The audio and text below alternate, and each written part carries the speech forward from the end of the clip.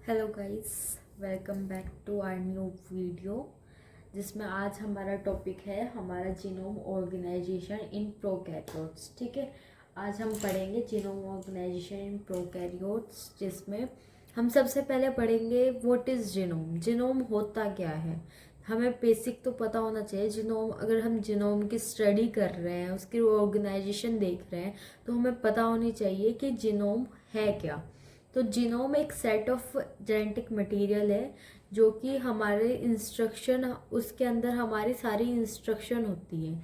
Cell के पास अपनी अपनी एक अपना अपना डीएनए होता है, उनके पास जेनेटिक इन्फॉर्मेशन होती है। ठीक है, वो सेट ऑफ जेनेटिक इन्फॉर्मेशन को हम जीनोम बोलते हैं। ठीक है, a set of genetic material containing all the instruction needed for growth, development and functioning of an organism, कि जो हमारे ग्रोथ, डेवलपमेंट और फंक्शनिंग करने के लिए मतलब हमें जो ज़रूरत होती है वो हमारा मतलब कि वो सेट ऑफ जेनेटिक मटेरियल को हम जीनोम कहते हैं।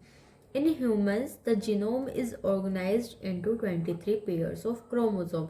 हमारे बॉडी में 23 पेयर्स ऑफ क्रोमोसोम्स होते हैं। ठीक है, जो कि हमारा जेनेटिक मटेरियल, जो भी हमारा जेनेटिक मटेरियल है उसको कंटेन करते हैं, उसके पास वो हमारा जेनेटिक मटेरियल होता है।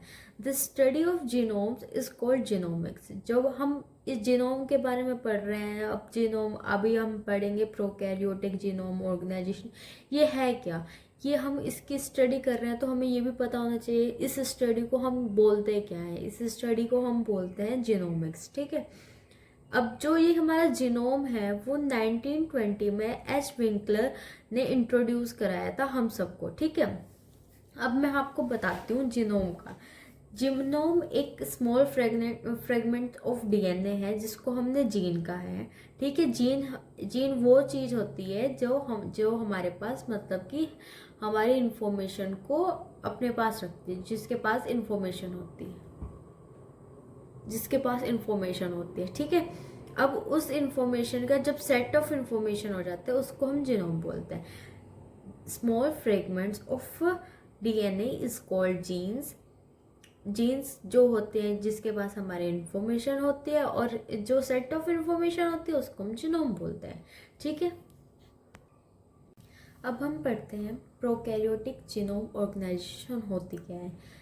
प्रोकैरियोट्स क्या होते हैं, एक यूनिसेलुलर ऑर्गेनिज्म होते हैं। ठीक है, जिनके जिनके पास कोई डबल मेम्ब्रेन नहीं होती, एक सिंगल मेम्ब्रेन स्ट्रक्चर होता है उनका। ठीक है, अब हम स्मॉल इन साइज होते हैं। यूकैरियोटिक के जीनोम के हिसाब से देखा जाए तो हमारा जो प्रोकैरियोटिक का जीनोम है वो स्मॉल इन साइज होता है।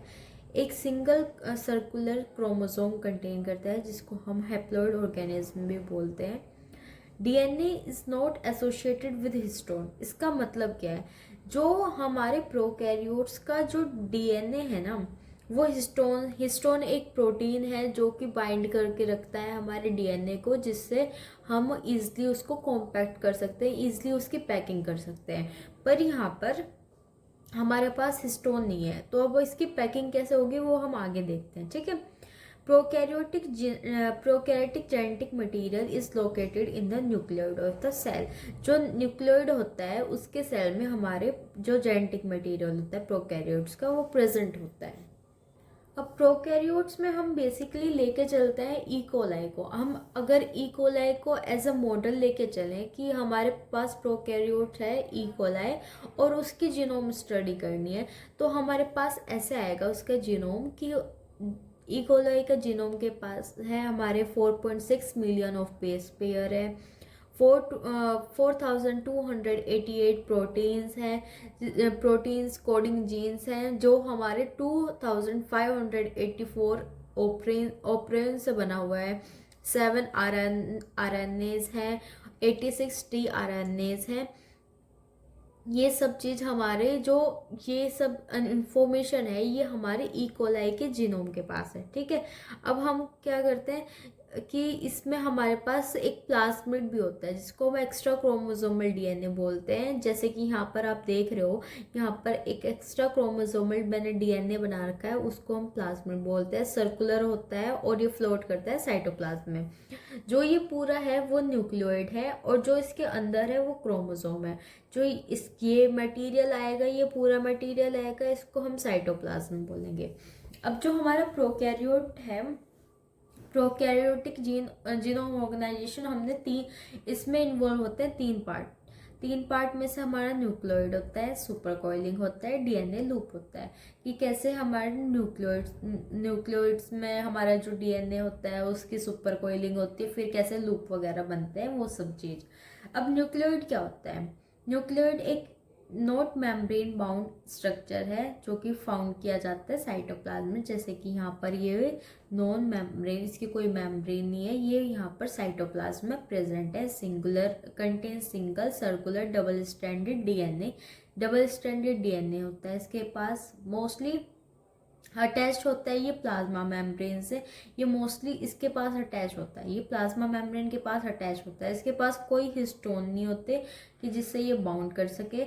और ये सेलुलर फंक्शन रेगुलेट करता है बाय डीएनए इन न्यूक्लियोटाइड। ठीक है, अब हमारे पास आती है सुपर कोइलिंग। सुपर कोइलिंग क्या होती है? ये सबसे एसेंशियल पार्ट होता है हमारा डीएनए पैकिंग का। जब हम डीएनए को पैक कर रहे हैं, अब हमारे पास हिस्टोन नहीं है, तो बिना हिस्टोन के हम कैसे पैक करते हैं, तो वही अब इसमें देखेंगे हम। ठीक है, सुपर कोइलिंग अब दो टाइप की होती है, एक पॉजिटिव सुपर कोइलिंग होती है और एक नेगेटिव सुपर कोइलिंग होती है। पॉजिटिव सुपर कोइलिंग जो होती है वो ट्विस्टेड होती है सेम डायरेक्शन में, एक हेलिक्स फॉर्म करता है, एक हेलिक्स फॉर्म करता है। ठीक है, ये सेम डायरेक्शन में हमारे ट्विस्ट हो रही है, तो इसको हम बोलते हैं पॉजिटिव सुपर कोइलिंग। और ये दूसरी होती है नेगेटिव सुपर कोइलिंग, जो अपोजिट डायरेक्शन में, मतलब कभी ऐसे कभी ऐसे कभी ऐसे कभी ऐसे, ये अपोजिट डायरेक्शन में हमारा ट्विस्ट होती है। मोस्टली ये मतलब कि बैक्टीरिया में फाउंड की जाती है, जो नेगेटिव सुपर कोइलिंग होती है। अब जो हमारे एंजाइम्स हैं, वो कौन कौन से एंजाइम्स हैं जो हेल्प करते हैं हमारे, मतलब जो प्रोकैरियोट्स की जीनोम के ऑर्गेनाइजेशन को मतलब कि सुपर कोइल करने के लिए।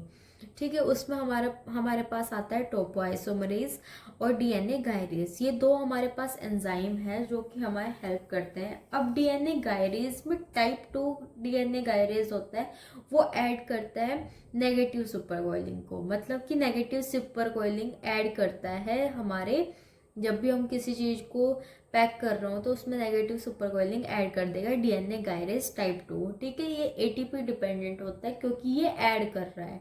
ठीक है, ये किसी चीज कुछ प्रोवाइड कर रहा है, तो ये ऑब्वियसली वहां पर एनर्जी कंज्यूम होगी, तो एनर्जी तो चाहिए इसको, ये इसलिए एटीपी डिपेंडेंट होता है।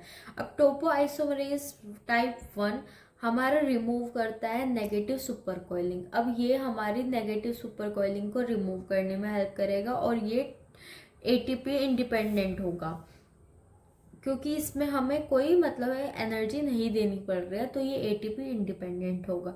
अब टोपोआइसोमरेज थर्ड और फोर्थ जो हमारा है, वो हमारे सबसे अच्छा मतलब कि सबसे इम्पोर्टेंट काम करते हैं, वो करते हैं रिलैक्स करने का। कि अब नेगेटिव सुपर कोइलिंग हो गई है, तो फिर उसके बाद रिलैक्स की भी ज़रूरत है जो नॉर्मल फंक्शनिंग होने के लिए।